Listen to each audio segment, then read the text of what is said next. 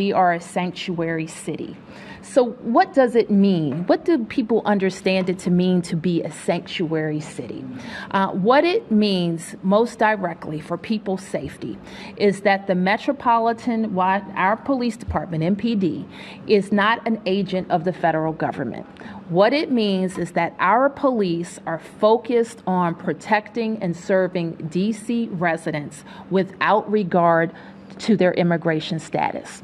So no Metropolitan Police Department officer is allowed to ask anybody what their immigration status is. 5 years later. Can you update us on your efforts with the migrant buses that are coming from Texas and Arkansas that we see seemingly on an increasing basis down near Union Station?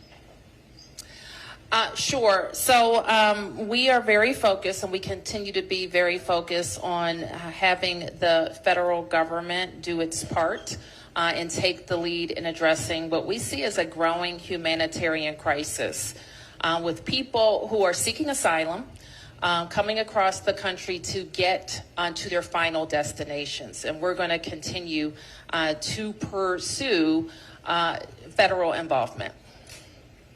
Boy, oh boy, oh boy, oh boy, oh boy. The hypocrisy of the Democrat Party is once again in full display, okay? As the Democrat mayors, particularly in Washington, D.C. and New York City, are dealing with what they're calling a humanitarian crisis. And when they call it a humanitarian crisis, they're referring to the influx of illegals flooding their cities because and some of them are being shipped to those cities from red states like Texas, as the red states are fed up, right? Red state governors like Greg Abbott, they're done with it, right? They're done with the Biden administration and his open border policies. Therefore, he has given the Democrats a taste of his own medicine, right? And this is a prime example of how to red pill a Democrat. Well, the way to red pill a Democrat is to letting them have what they want. Just give the Democrats what they want, right? Once they get a taste of their own policies, all of a sudden, they don't want them anymore. All of a sudden, these people want to be tough on the border, right? Like they're begging Joe Biden, hey, you need to do something about this. Help us, right? Including sending the National Guard, okay? Something that Muriel Bowser refused to do for January 6th, almost as if she wanted to let what happened on January 6th happen, right? And didn't want to take precautionary steps to protect the politicians and to protect the Capitol. But when it comes to illegals flooding her city, all of a sudden, I need a National Guard. I need your help. However, she has received some bad news, some devastating news, as the Pentagon has denied Mayor Bowser's request for the National Guard to assist in a humanitarian crisis as migrants flood D.C. Now, I want to talk about this, but before I get into this, I just want to let you guys know, if you like my channel or you want to support my channel, you can do so using the links in the description below. You support the Patreon, you support the PayPal, you support the merch. There are multiple ways to support the channel if you would like to do so, including getting yourself some of my new merch, my donkey pox shirt, the disease that is affecting America, or my patriotic hashtag no days off / hard work t-shirts that you can get for 20% off at my website, gforemanbcp.com, using discount code gforemanbcp. So without further ado, let's get into this. As again, like I said, the Democrat mayor of DC is in for a rude awakening, okay? She's been complaining about this for about a couple weeks now. And she went to Joe Biden, begging, kissing his feet. Biden, can you please help me out with the illegal immigrants? I know we said that we're a sanctuary city in the past, but I didn't really mean it. I didn't really think the illegals would make it to D.C. I thought they would just stay in the red states, right?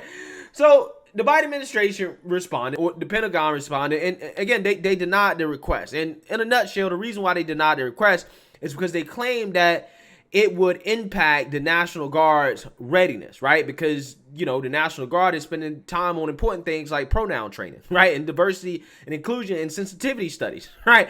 They're too busy studying white rage, right? So, yeah, they don't want to let illegal immigrants get in the way of those very important readiness activities, right, that they have to do. So she just has to deal with it. And this was her response to the Pentagon denying her request. Take a look. Okay. The Defense Department has denied your request for the National Guard. Correct me if I'm wrong. Is this the first time that a request by the DC mayor has been refused. Can you comment on that denial? I believe that it is, Mark, and I just reviewed before coming here, and obviously I was more focused on the very pressing matter of the body-worn camera release. So I have had the opportunity to scan that letter. And what I see is we may send an amended request.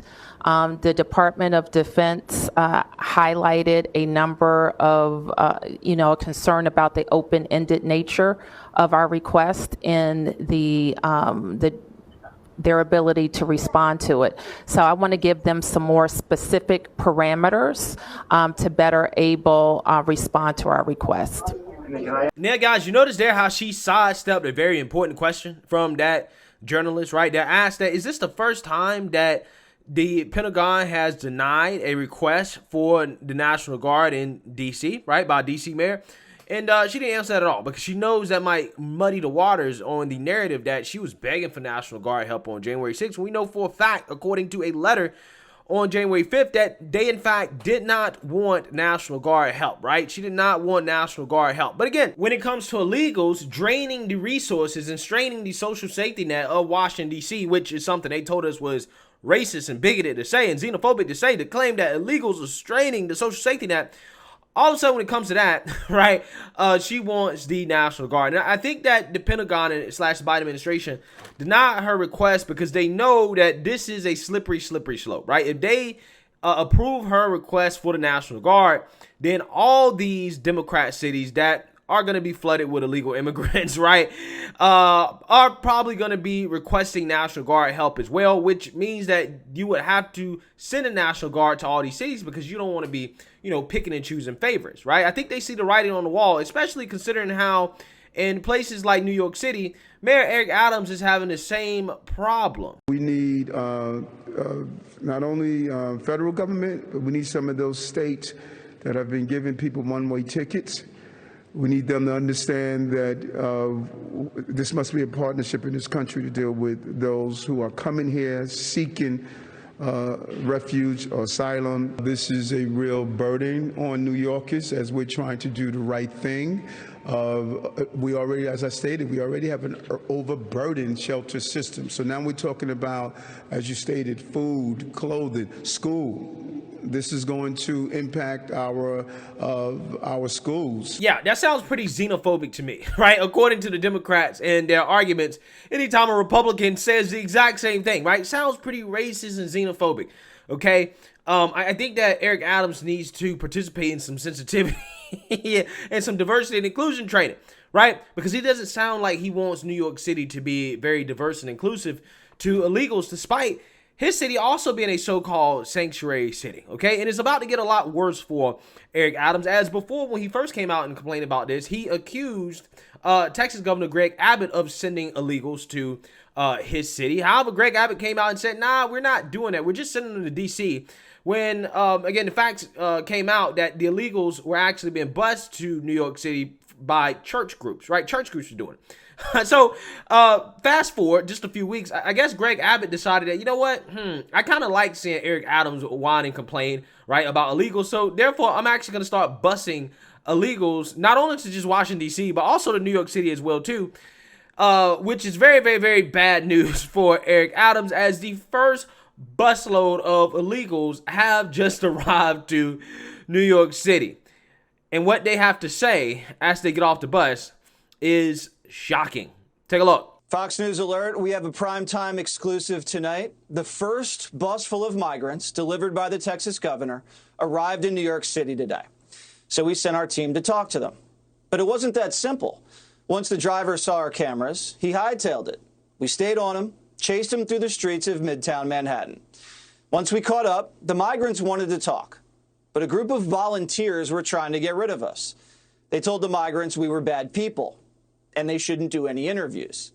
They pushed the migrants away from our cameras and told us to get lost. But we stayed and let the migrants tell us what the Democrats don't want you to hear. Joe Biden inspired them to take this dangerous trip to America. Where are are you coming from? Venezuela. Colombia. Honduras. What was it like crossing the border? What happened once you crossed? The first border that I crossed was from Colombia to Panama. The third day, heavily armed citizens caught us. They kidnapped us for 4 days. There were a lot of kids and women who were To be honest, it was very shocking. It was something I don't wish anybody else to go through. It was very hard. Even one of the people coming with us died crossing the border in Rio Bravo. It was really good because I passed through with political asylum from Mexico. We crossed the river and Border Patrol was already waiting for us. We were happily welcomed thanks to Biden, the president. Are you seeking asylum? Well, yes. We are a group that was coming from Venezuela. We've been running from political persecution. Venezuela is very bad. Dictatorship is very ugly. If the opportunity is given to me, then yes. If not, then we'll see what we can do in the future. What is your message to Joe Biden? We are completely grateful for the opportunity that he has given us. Thanks for the support to all the Venezuelans coming here. Listen, in any one sector in the state of Texas, we have more than 5,000 people come across that sector every single day. And so, listen, we're full in the state of Texas. Our communities are overrun. And I started busing people to Washington, D.C. when local officials could not handle the number of people that had come across our border. Yeah, so that clip that I just showed you there was sad, right, and shocking.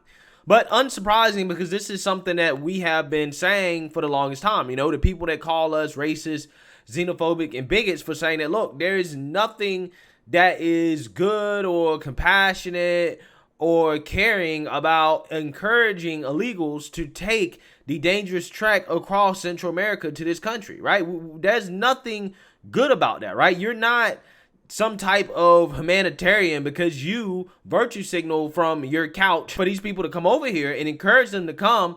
But when they get here, they're not being taken care of, okay? Because according to Democrats, they are a strain on the social safety net, right? We simply cannot take care of them, right? So you encourage them to take a dangerous journey just for them to get over here and to basically work for minimum wage, to end up homeless, to be starving, and again, to be a strain on the rest of society. Again, that's not good, man. That's not good.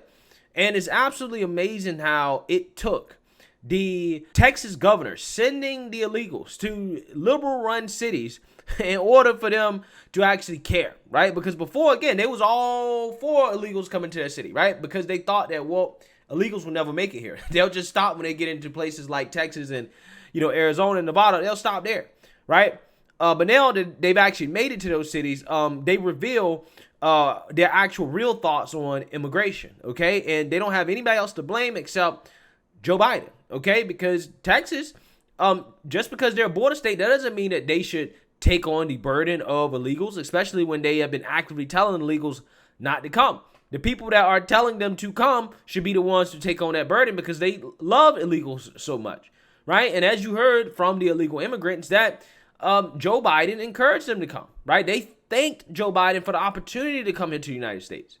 So don't sit and try to tell me how Biden's policies or the things he's saying, his rhetoric is not encouraging this mass illegal immigration. It is, right? And the Democrats, their long-term plan, what they actually want to do, they don't want the illegals themselves. They don't actually want illegals in blue states. They want to encourage them to come, hope that they stay in red states so that when they have kids, they end up voting blue, right? Eventually turning states like Texas and Arizona and some states in the Midwest, we can turn them blue by just having mass immigration, right? Mass illegal immigration to the country, give them amnesty eventually, right? And then have them vote blue, right? That's the Democrat grand plan. It really is. And again, it blows my mind that the way to get them to go against that policy is when they realize that, oh, these illegals are actually coming to our states, right? Again, now all of a sudden they want to be strong on borders, right? Next thing you know, they'll be building a border wall around Washington, D.C. and New York City. Let me know what you guys think. Make sure you like, comment, and subscribe. Most importantly, share a Black conservative perspective. Peace.